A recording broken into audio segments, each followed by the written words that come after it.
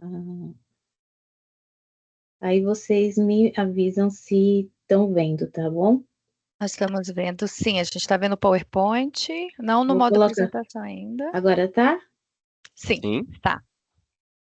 Então tá certo. Eu queria agradecer. Posso começar?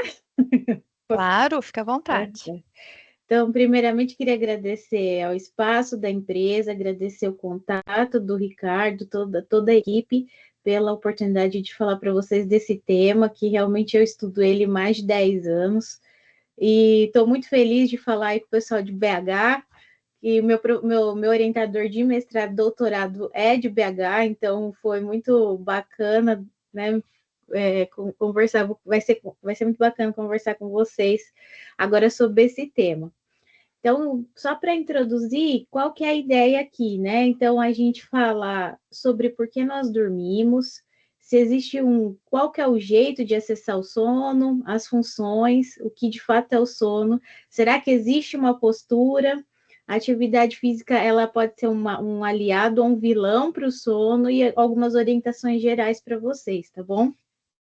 E aí, no final, vai ter o quiz e depois a gente abre para as perguntas. Então, pode anotar que no final eu vou ficar para responder as perguntas, tá bom, pessoal? Então, a ideia é assim: por que será que nós dormimos, né? Que pergunta difícil de responder. Tem até um livro, não sei se vocês já ouviram, mas por que nós dormimos? Para tentar desmistificar isso. A gente não sabe exatamente o certo porque nós dormimos, mas a gente sabe que ela é importante, porque a gente gasta 1/3 da vida dormindo.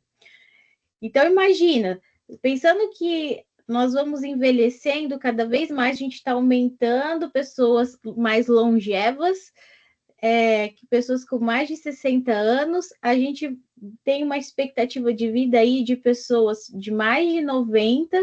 Se nós vivemos 90 anos, 30 anos da vida foi dormindo.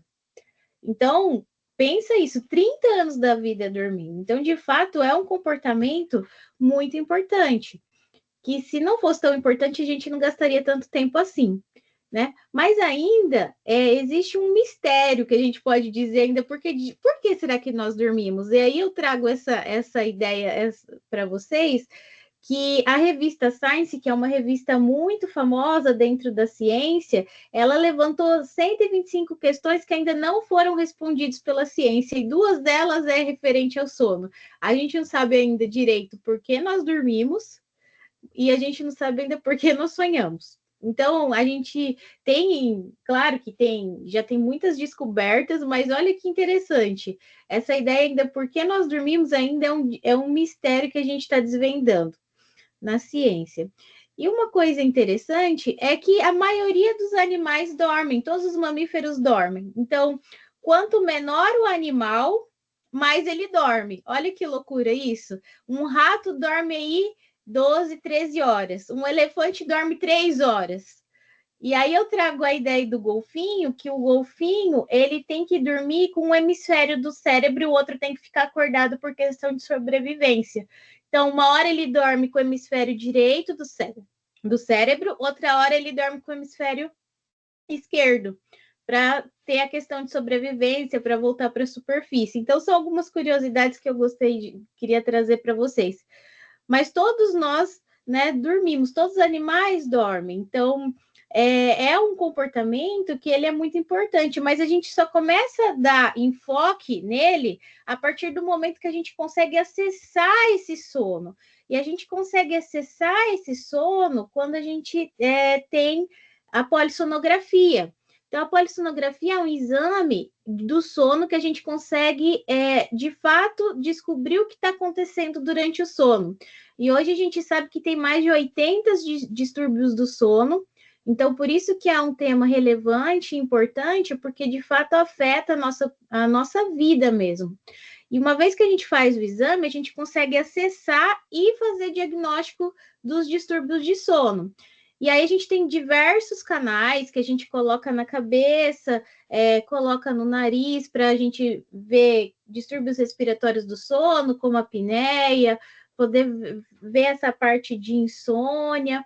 Então, tudo isso a gente consegue acessar o sono. E aí são diversos canais, tá, pessoal, que a gente coloca.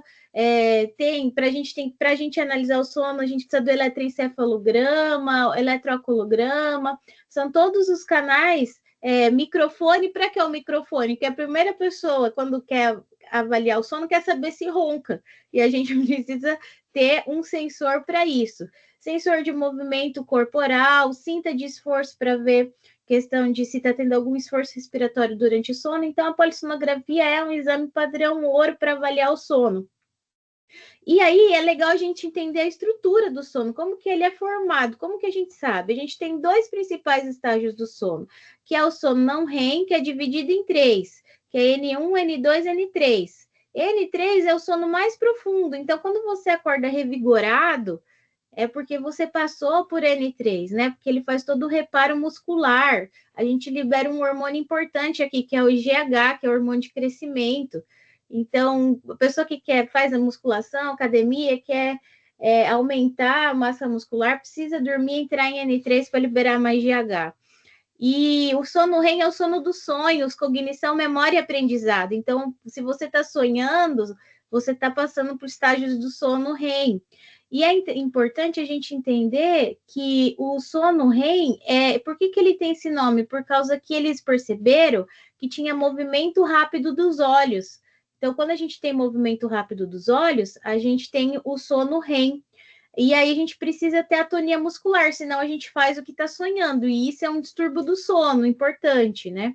E o sono não REM, a gente tem menos atividade do cérebro e a musculatura também fica mais relaxada, tá certo? Então, olha que interessante como que o sono ele é tão interessante, como que o meu cérebro pode estar tão ativo quanto agora. Então, a gente chama também o sono REM de sono paradoxal, porque a onda cerebral é ativa. Então, quem pensava antes que sono era repouso, na verdade, não. O sono, quando a gente dorme, ele está em muita atividade para a gente fazer todo o reparo do nosso cérebro e também do nosso corpo. E a gente tem algumas coisas, ó. O sono essencial, a gente fala assim que pelo menos 4 horas de sono. Isso não quer dizer que é o suficiente. Mas a gente tem, na primeira metade da noite, mais sono N3, que é o sono de ondas lentas, que a gente falou.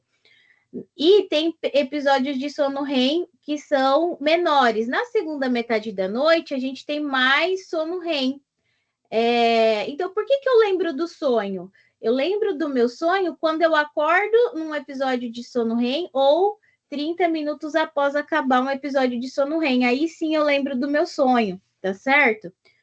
E o que isso impacta, né, nossa vida? Impacta o seguinte, que se eu não passo por esses estágios do sono, eu começo a ter mais perda de memória, eu posso ter mais déficit de memória, né? Então, eu começo a ter, eu não consigo lembrar das coisas que me perguntaram. Então, se eu estou dormindo insuficiente, eu estou privado de sono, não durmo o tempo que eu gostaria, eu posso ter problema de memória, cognição mesmo.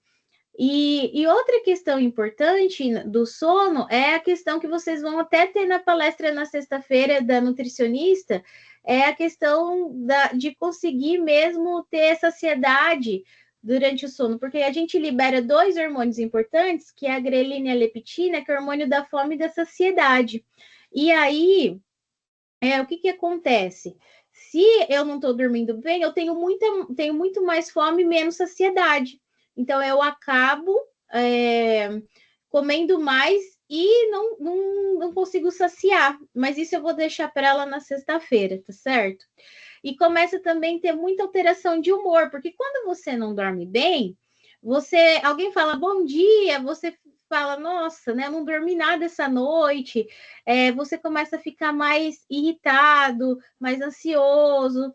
Então, tem uma relação bidirecional entre sintomas ansiosos com uma qualidade de sono, tá certo? E isso vai afetar nosso sistema cardiovascular, nosso sistema imune, então, tudo isso vai afetar o sono. Mas e aí, né, pessoal? O que é dormir de fato? O que é o sono? Olha que pergunta difícil. Quando a gente pensa no sono, é difícil a gente definir o que é o sono mesmo.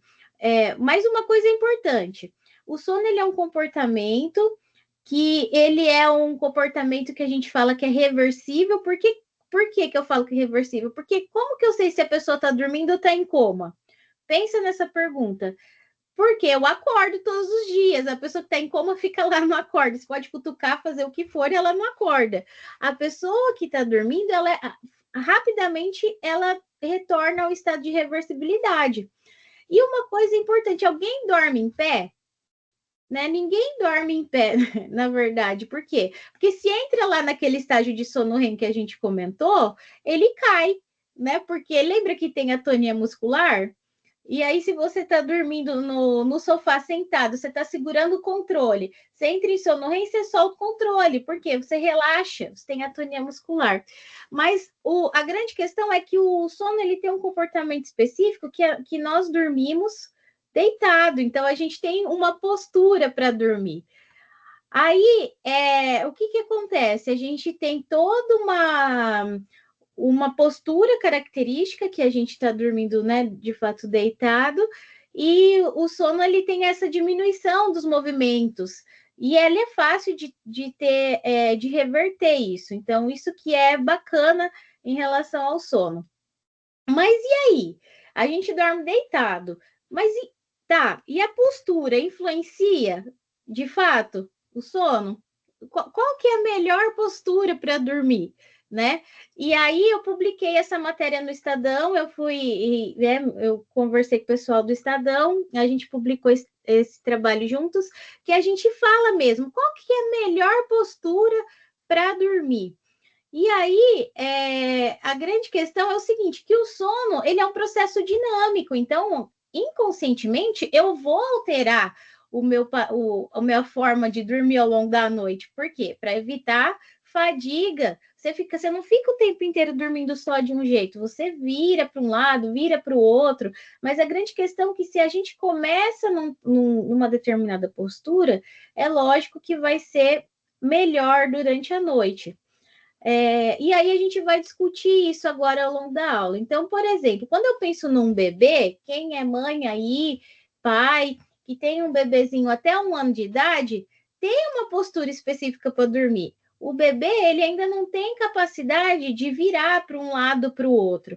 Então, o que acontece? O bebezinho, ele o quê? Ele tem que dormir de barriga para cima. Por quê? Para evitar a morte súbita, porque ele não tem controle de tronco. Se eu coloco o bebê para dormir de lado e ele, como ele não tem controle, e ele vira de barriga para baixo, o que pode acontecer? Ele tem uma morte súbita, porque ele ainda não consegue fazer esse movimento de extensão do pescoço, virar para um lado e para o outro. Então, até 1 ano de idade, é recomendado que esse bebê durma de barriga para cima e com o berço bem desse jeito mesmo, sem apetrechos, né? Sem nada que possa atrapalhar. Quando eu penso, né, no adulto, aí qual que é a melhor postura? De fato é de lado, né? Que a gente chama de decúbito lateral. Por quê? Porque é uma posição que ela favorece a nossa via aérea, a gente favorece a nosso alinhamento do tronco, então tudo isso é importante. E outra coisa importante também na hora da gente analisar é o posicionamento do travesseiro, que a Ana Paula até estava comentando, que já pensou em mim ontem à noite por causa do travesseiro. Porque, de fato, se eu tenho um travesseiro muito baixo, olha aqui, ó, vamos pôr aqui. Quando eu estou deitada aqui, olha, eu tenho um travesseiro que, de fato, eu estou tendo um alinhamento entre o ombro e a orelha aqui, ó. Eu não tenho um travesseiro que ele está muito baixo, em que eu tenho esse ângulo mais afetado e nem muito alto. Então, eu tenho que ter um equilíbrio entre a orelha e aqui o ombro, né? Esse é a questão importante. E olha só, pessoal, percebam vocês, quando vocês dormem e colocam, quem que faz isso? Quem que dorme assim, coloca a mão debaixo do travesseiro. Pensa aí em vocês, quem faz isso? Quem faz isso é porque tá faltando altura. Eu tô com um travesseiro muito baixo que para compensar essa altura do meu travesseiro, eu tô colocando a mão embaixo para erguer. Então, olha só que interessante isso, né? Então, eu preciso sim erguer ele. Então, significa que a gente tem que pensar em um novo travesseiro. E qual que seria a altura ideal? Os estudos apontam que 10 centímetros de altura é interessante, é um travesseiro interessante para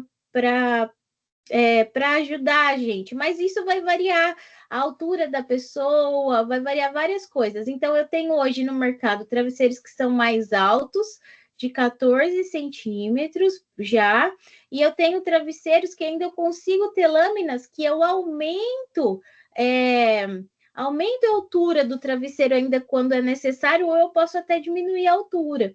Então, por isso que é importante a gente, né, fazer essa análise. Então, é importante que eu tenha um travesseiro, que eu tenha um ângulo que fique alinhado a sua orelha com o seu ombro, e você colocar um travesseiro fino no meio da perna, e um travesseiro que você possa abraçar. Então, isso seria uma postura ideal para dormir, mesmo que você vire durante a noite, não tem problema. Lembra que a gente vai mudar, o sono é dinâmico, ele não é estático, eu não vou ficar numa postura e pronto, tá bom? Outra questão, quando eu tô deitado de barriga para cima, o que acontece? É legal que a gente coloque um travesseiro também nos joelhos, porque se eu fico totalmente na horizontal, eu posso sentir dor na coluna lombar, que é essa parte aqui, nessa região das costas, que a maioria das pessoas tem dor nas costas, né? Então é importante a gente colocar, porque alivia a tensão nessa região das costas aqui.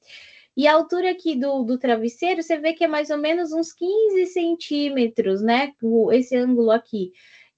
Para a gente ter um bom alinhamento da orelha e o ombro aqui, ó. Você vê que não é um travesseiro tão elevado. Existe também no mercado travesseiros anatômicos, igual esse, ó, que tem as ondinhas em que encaixa bem a coluna cervical. Também é uma opção bacana, tá bom, pessoal? Que pode ajudar também, mas é importante sempre estar olhando a altura mesmo. E os travesseiros de espuma, eles são melhores, tá? O que não recomenda muito, pessoal, é dormir de barriga para baixo. Por quê? Que a gente fala na posição prono. Porque quando a gente dorme nessa posição aqui, eu tenho já uma rotação da cabeça. E aí você já coloca o braço aqui, eu posso acordar com dor no ombro e ter dor no pescoço também, acordar com algum torcicolo, porque essa posição, de fato, ela não favorece. A anatomia mesmo, a biomecânica, então, de fato, ela não favorece. Então, essa posição prono, talvez não é interessante. Então, sempre tenta adotar a postura de dormir de lado, que a gente chama de decúbito lateral, tá certo? Aí, uma coisa que eu quero trazer para vocês também é a questão da apneia do sono. A apneia do sono, 1/3 da população tem apneia do sono. Então, ele é um problema de saúde pública hoje. Então, o que é a apneia do sono? É uma pausa da respiração. Eu paro de respirar durante a noite. Eu não sei se alguém de vocês aqui tem, mas olha só. Então, o que é a apneia do sono? Então, eu tenho aqui a passagem de ar, o ar entra pelo nariz, ó, e o ar passa. Aqui é uma pessoa sem apneia. Quando eu penso numa pessoa com apneia, eu tenho uma pausa respiratória aqui, ó. Tá vendo que o ar não passa? Eu tenho aqui um vídeo, ó. Então, o ar tá passando, eu tenho aqui uma pessoa sem apneia. Aí, o fechamento dessa via aérea, que eu tenho uma pessoa com uma pausa respiratória aqui. E aí, vocês vão entender aqui o porquê disso. Olha só, vamos entender a dinâmica aqui dessa doença. Ó, a pessoa ronca, aí ela para de respirar. Ó, 1, 2, 3, 4, 5, 6, 7, 8, 9, 10, 11, 12, 13, 14, 15. Aí ela ronca. A força que a pessoa faz, ó. Você está escutando a música? Está escutando o ronco? Estamos. Ótimo. Aí ele para de novo, ó. Olha a força que ele faz. Aí agora ele vai roncar novamente, ó. Ele respira. Então a noite inteira eu tenho essa pausa respiratória. Então, o que isso afeta, né? Será que a postura vai influenciar? Aí eu digo que sim. Porque quando eu durmo de barriga para cima, nesses casos, principalmente a apneia ou mesmo sem apneia, que acontece? Eu tenho o deslocamento da língua para trás. E isso eu tenho fechamento da via aérea por conta do efeito da gravidade. Então, por isso que é importante dormir de lado, pacientes com apneia. E eu tenho pacientes com apneia, pessoal, que só tem apneia de barriga para cima, que a gente chama de apneia posicional. Então, se eu dormir de barriga para cima, eu tenho apneia. Se eu dormir de lado, eu não tenho. Tem pacientes que independem de lado, entendeu? Mas alguns pacientes têm apneia só se tem de barriga para cima. E aí a gente tem alguns dispositivos que é o quê?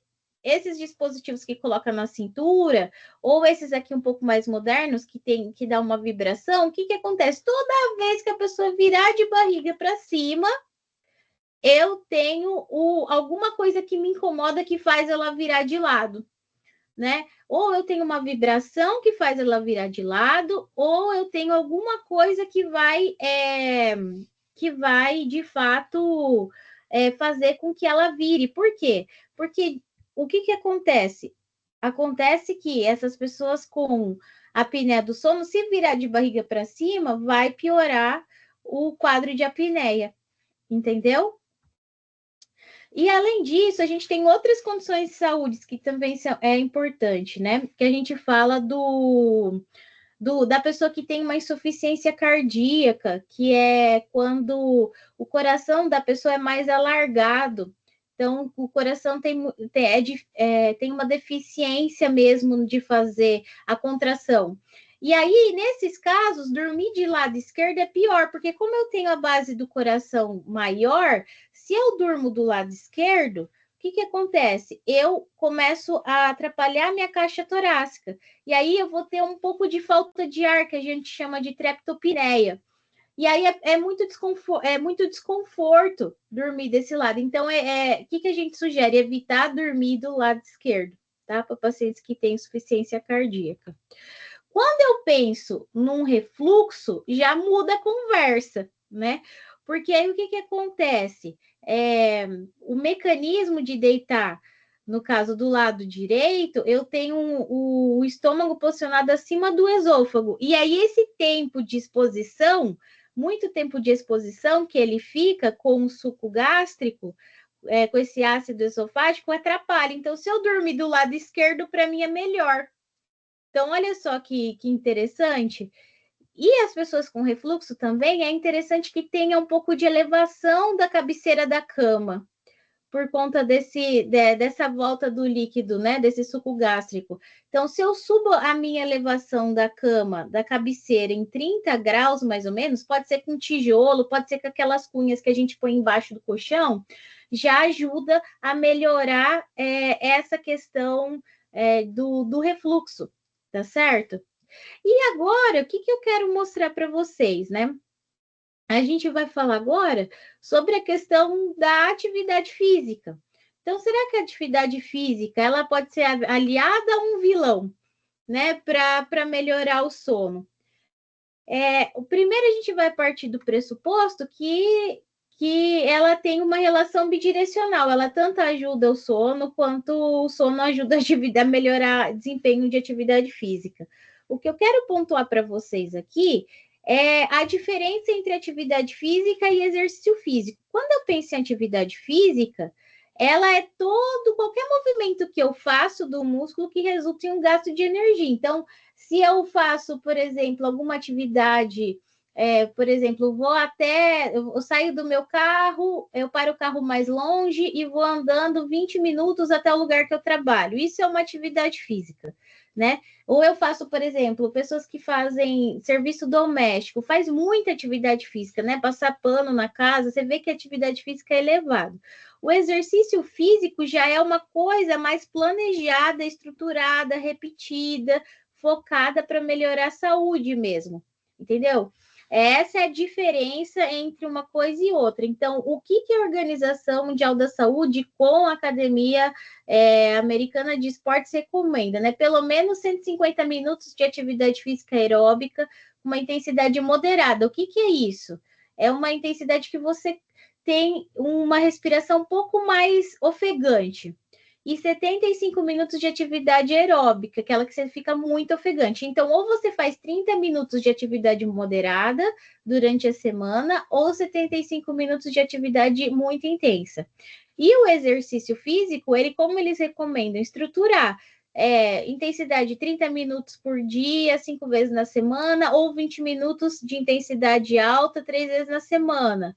Aí eles sempre falam de exercícios resistidos, que é aqueles que a gente faz na musculação, na academia, 2 a 3 vezes na semana, e exercícios de flexibilidade 2 vezes na semana, que é aqueles exercícios de alongamento para grandes grupos musculares, tá?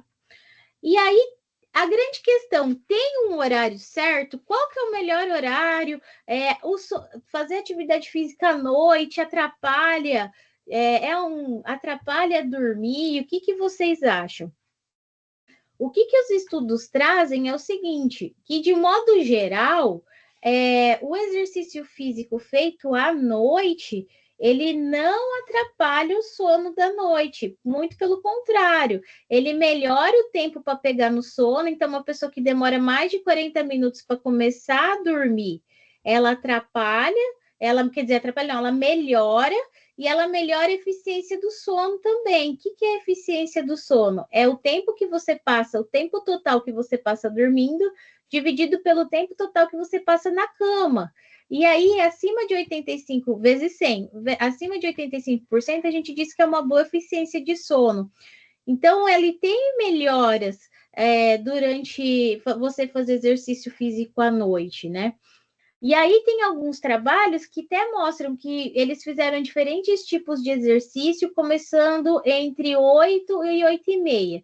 E as pessoas deitavam aí às 22h30, às 11.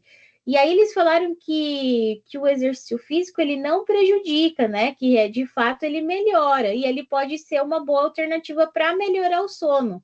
Então, olha que legal. É que o que acontece? Quando você faz o exercício, vamos supor, muito próximo do horário de dormir, eu aumento muito a minha temperatura corporal e eu começo a liberar muita adrenalina. E aí, por isso que tem essa ideia de que a atividade física atrapalha no sono. Mas, na verdade, os estudos têm mostrado que não. Só se você faz 1 hora antes de dormir, aí sim pode atrapalhar. Mas 2, 3 horas antes não atrapalha. O yoga também é uma forma de exercício que pode ser muito efetivo para pacientes que têm insônia. Então, pensa só, 1/3 da população tem apneia, o outro terço tem insônia. Como é que eu vou tratar isso? Exercício físico pode ser uma alternativa e o yoga pode ser uma solução. Um outro estudo que a gente traz aqui é o Pilates. O Pilates feito 16 semanas, que faz 2 vezes na semana, o que ele mostrou, esse trabalho, né? Feito com mulheres. Mostrou que teve melhora também na percepção de saúde, melhora para pegar no sono, ajuda a melhorar a eficiência do sono. Então, Pilates também pode ser uma estratégia importante para melhorar a qualidade do sono de vocês. Um outro trabalho muito bacana que eu trouxe aqui para vocês é a questão do Tai Chi. Então, o que ele comparou? O Tai Chi com a caminhada e fortalecimento muscular. Então, eles fizeram 12 semanas o estudo, feito 3 vezes na semana por 1 hora. Então, um grupo fazia caminhada e o outro grupo fazia Tai Chi. E aí, o que eles mostraram? O que eles viram? Que, de fato, as duas intervenções foram boas para tratar a insônia. Então mostraram os benefícios, assim, 24 meses após a intervenção. Então, um benefício a longo prazo mesmo, sem diferença entre os dois grupos. Então, é uma coisa que você decide. Qual exercício que você quer fazer? Caminhada, musculação, quer fazer tai chi, quer fazer pilates? A forma do exercício, ela não influencia. Então, tem que ver qual exercício que você gosta mais de fazer. Qual exercício que você gosta, que você se sente bem, né? É pilates? É caminhada? É musculação? É tai chi? É yoga? Qual que você gosta? Então, isso é uma coisa importante que a gente tem que pensar. Esse outro trabalho mostrou a questão da caminhada. Então, eles pegaram as pessoas e colocava para caminhar, né? Começava uma caminhada leve, depois ia aumentando o tempo de caminhada. Por 6 meses, né? Então, dava 150 minutos na semana que eles tinham, que é o que a recomendação preconiza. E aí eles falaram que depois os resultados foram melhora da insônia, da depressão e melhora da ansiedade. Então, e as pessoas que tinham insônia há muito tempo conseguiram melhorar. Então, olha só, eu aumentar o meu tempo de caminhada ajuda a melhorar meu sono e também melhorar meu humor. Então, olha só, então o exercício físico hoje, ele é a nossa farmácia, né? A gente não precisa ir lá comprar remédio, a gente mesmo produz a nossa medicação com atividade física. Então, olha que bacana, que a gente libera endorfina, né? A gente libera nossos opioides endógenos, que são para aliviar dor, tudo mais. Então, a atividade física, ela de fato é uma aliada para melhorar sono. E a gente também traz aqui uma questão legal, que é a relação do exercício aquático. Quando eu tenho um comprometimento de sono leve, o que eles mostraram? Que se eu fizer 2 vezes na semana, por 1 hora, por 8 semanas, eu tenho um benefício para pegar no sono, a eficiência do sono. Mas nesse trabalho foi para quem tinha comprometimento leve de sono. Então, se eu não tenho uma coisa que é muito crônica por muito tempo, a terapia aquática pode ser uma saída, se você gosta dessa atividade, tá certo? E esse trabalho aqui é um trabalho bacana que foi meu grupo de pesquisa que fez, foi meu aluno. E aí a gente fez o quê? A gente dividiu a cidade de Presidente Prudente em 5 regiões. E aí a gente fez o quê? A gente batia na casa das pessoas, que parecia um censo, né, de IBGE, e perguntava se tinha pessoas com mais de 60 anos e queria participar do nosso estudo. A gente conseguiu 503 pessoas. E aí a gente viu o quê? Que aquelas pessoas que são consideradas inativas, que não conseguem manter o nível de atividade física, isso estava associado à pior qualidade de sono. Então, olha só, eu não realizar atividade física, né, nas pessoas da comunidade, eu relato uma pior qualidade de sono. Então, por isso que se manter ativo é um aliado para o sono. E esse é um outro trabalho que a gente fez também. Esse foi com os dados do Epsono. O que é o Epsono? É um grande estudo epidemiológico da cidade de São Paulo, em que a gente traz todo mundo para o laboratório de sono. E aí a gente viu que pegamos as pessoas com mais de 60 anos também, e aí a gente analisou as pessoas que são classificadas inativas por aqueles 150 minutos, lembra? 150 minutos de atividade moderada vigorosa, considerado ativo. As pessoas que estão abaixo disso é considerado inativo. E aí a gente viu que aquelas pessoas que não fazem o recomendado pela Organização Mundial da Saúde, eles apresentam mais queixas de sono. Então, eu tenho mais problemas de insônia e mais problemas de qualidade de sono. Então, por isso que é importante manter a atividade física regular, para ajudar. E outra estratégia também que a gente tem que ter é a questão da higiene do sono. 80%, pessoal, dos problemas de sono a gente consegue resolver com essa estratégia. O que é a higiene do sono? São medidas comportamentais que a gente faz para melhorar a qualidade do sono. Então, vamos lá. O cérebro, ele gosta de regularidade. Então, ele gosta do quê? De dormir e acordar no mesmo horário.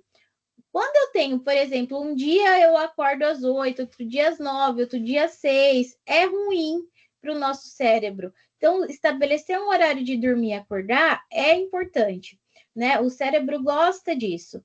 Evitar luz artificial, porque quando eu fico muito na televisão ou no celular, que eu fico aqui, o que acontece? Quando eu tenho essa emissão de luz pelo meu olho, a gente tem o quê? Para de liberar um hormônio importante que chama melatonina, que esse hormônio é liberado quando está escuro. Então, ele não é liberado em nenhum estágio do sono, é liberado quando está escuro. Então, o fato do teu ambiente estar escuro ajuda a liberar esse hormônio da melatonina, que facilita o início do sono. Então, é importante que a gente tenha um ambiente escuro. E além da questão da melatonina, porque quando eu estou aqui com o celular ou com a televisão, uma emissão de luz, eu bloqueio a liberação da melatonina. Aí, outra questão aqui, que também é importante, é o seguinte: é a interatividade com a tela. Então, por quê? Se eu começo a fazer muita atividade, ficar olhando Instagram, Facebook, o que acontece? Eu tenho essa interatividade faz com que eu libere mais cortisol, que é o hormônio do estresse. E aí, eu liberando mais hormônio do estresse, eu atraso o meu início do sono.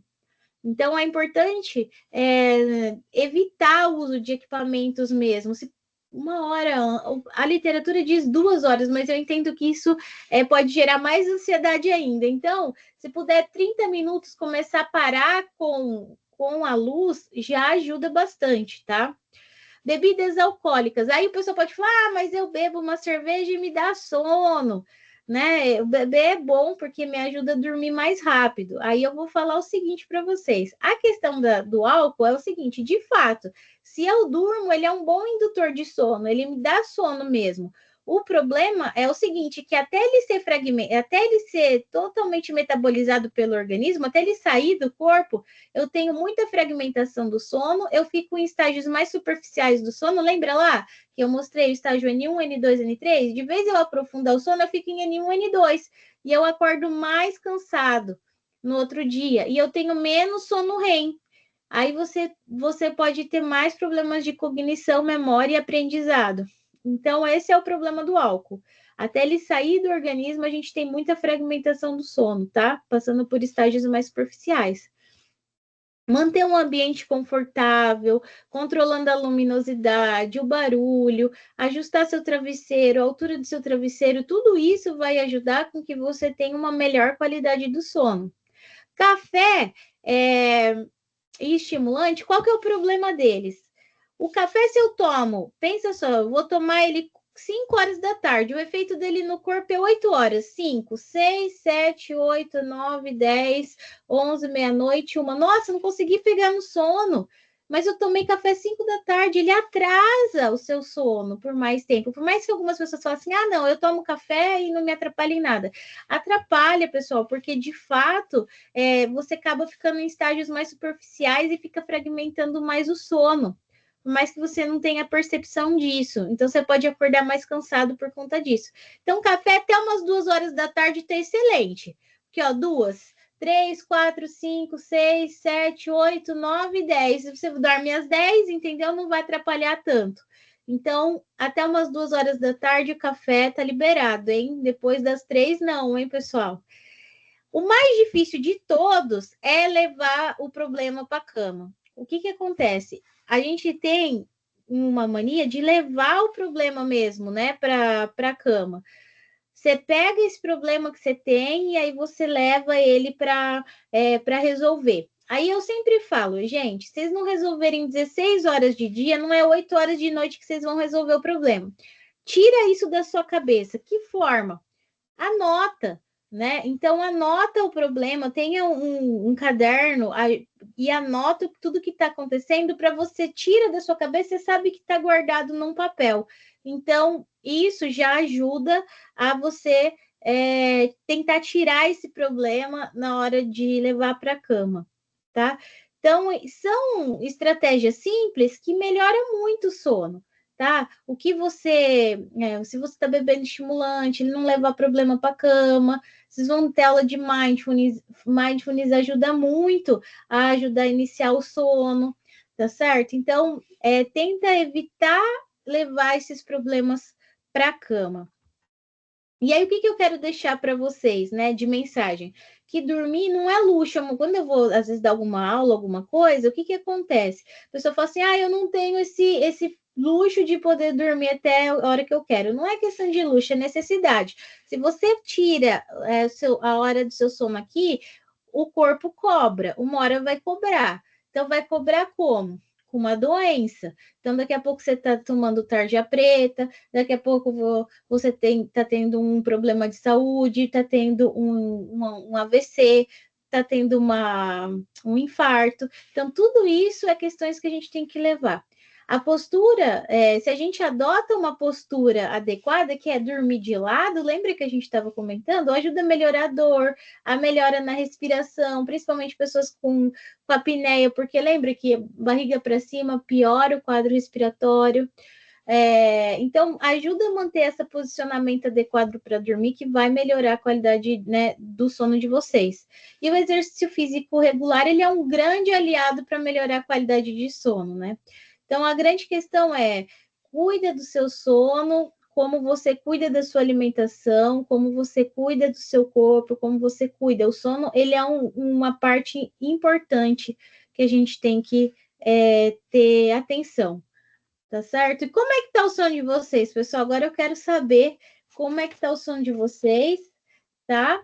Se vocês estão dormindo bem. E eu estou à disposição de vocês, qualquer dúvida, eu fico à disposição, tem meu e-mail, meu Instagram, o que vocês precisarem de mim, estou à disposição. Muito obrigada pelo espaço. Muito obrigada, Priscila. Nós que agradecemos. Que palestra excelente. Acho que todo mundo tirou aqui uma dica que vai conseguir aplicar. Eu várias. Fui fazendo umas fotos aqui para mandar no grupo da família, porque todo mundo sabe de alguém que está precisando, né? Então, pessoal, como a gente combinou no começo, a gente vai passar agora para o quiz. E depois a Priscila vai ficar aqui para as perguntas. Só uma dúvida, o material vocês vão disponibilizar para a gente, né? Sim, esse material maravilhoso. Fiquei pensando nisso, já vou mandar no grupo, gente. Vou baixar esse PDF, sabe que é bom dia? Já vou falar assim, boa noite, pessoal, leia isso, para vocês de fato terem uma boa noite. Priscila, depois eu vou filmar eu dormindo, pra você substituir aquele vídeo do cara lá no carro, muito melhor. Ai, por favor, tô precisando mesmo, viu? Do ronco? A gente tem modelos aqui para você, viu, Priscila? Opa, maravilha! Bom, então, vou chamar a segunda pessoa mais esperada do dia. A primeira sempre é a nossa palestrante, mas a segunda é o João, né, gente? Chamar o João agora aqui para fazer o nosso quiz. Então, pessoal, celular na mão, bateria em dia, olha se melhor é o Wi-Fi ou a internet do celular, já bota melhor a internet aí, que agora chegou aquela hora. Para a gente ganhar aquela máscara que vai deixar você super no escurinho, ainda tem um Bluetooth se você quiser colocar uma musiquinha ambiente para você dormir, e os nossos massageadores, que é para tirar aquela dorzinha do pescoço para quem ainda não está com o travesseiro certo, porque daqui uns dias vai ser só para fazer um relaxamento mesmo, porque vai ficar todo mundo com o travesseiro ok. Vai lá, João. E aí, pessoal, bom dia. A Ruth tá na tela aí, me avisem se já estiverem vendo, por favor. Tamo, o pessoal está entrando. A gente sempre aproveita esse momentinho que o pessoal está entrando, que dá umas 90 pessoas. Se alguém tiver uma primeira pergunta, quiser fazer, a gente já aproveita aqui a presença da Priscila. Pessoal, lembrando que a gente não pode sair, tá, da tela do jogo aí, das perguntas, porque senão desconecta e tem que conectar de novo. Fiquem de olho e nem deixar a tela e apagar. Isso aí. Priscila, eu fiquei pensando, aquele travesseiro da NASA, aquilo de fato, aquela espuma visco, não sei o que lá, aquilo de fato faz sentido? É um melhoramento na hora de encaixar a cabeça? Porque eu sempre acho que ele vai afundar o peso da minha cabeça e talvez eu fique torta em vez de ficar de lado, assim, certinho. Ana, esse travesseiro ele não é muito bom, tá? Por quê? Por causa justamente disso. Conforme vai tendo o peso da cabeça, ele vai afundando e aí eu vou perder aquele ângulo que eu preciso ter entre a orelha e o ombro. Então, eu acabo ficando mais baixa do que necessariamente eu deveria ficar. Né? Tem uns travesseiros de poliuretano que são muito bons. Eu até tenho aqui, depois se quiser eu posso até mostrar, pegar uns ali para vocês verem, que é assim, eu tenho tanto travesseiro anatômico que eu uso muito com os meus pacientes com apneia, que a gente lembra que eu falei que segura na curvatura do pescoço? É um desse que eu tô querendo, eu já pensei, vou comprar um desse, então deixa eu perguntar. Esse que tem um negocinho aqui no pescoço. Isso, e assim, tem aí a questão da maciez, tem vários, porque o que acontece com esse material? Que é uma espuma, ele cede, mas ele não cede igual da NASA, ele encaixa a cabeça. Então, quando eu por exemplo, quando o paciente vem para mim, eu peço para ele trazer o travesseiro dele. Aí, geralmente, é uma catástrofe, né? O travesseiro, né? Aquele travesseiro muito fino, aquele molenga, que aí cai a cabeça, daí quando, assim... Aí, quando você faz muita flexão de pescoço também, eu acabo atrapalhando a minha via aérea, pensando na anatomia mesmo da via aérea. E aí, quando eu alinho com um travesseiro mais firme e também um travesseiro que tem uma maciez boa, ele faz o quê? Eu tiro a foto e o alinhamento é visível.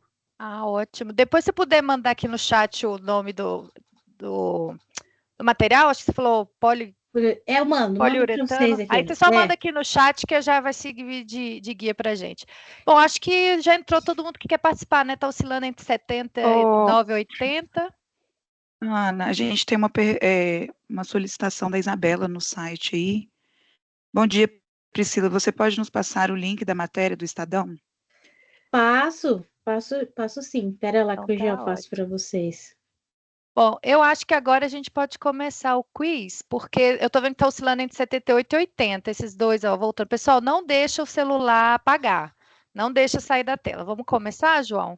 Começa, Beleza, deixa eu vamos lá, aumentar então. o número. Não. Quem entrou. Quem não entrou, dá tempo de entrar ainda, viu, gente? Quem fica durante as Ó, perguntas. só falou, sabe? Pressão é um negócio que Não, resolve, ó, João, 84, faz isso vai? não. Vamos lá. Bora. Vamos lá, hein? Começando.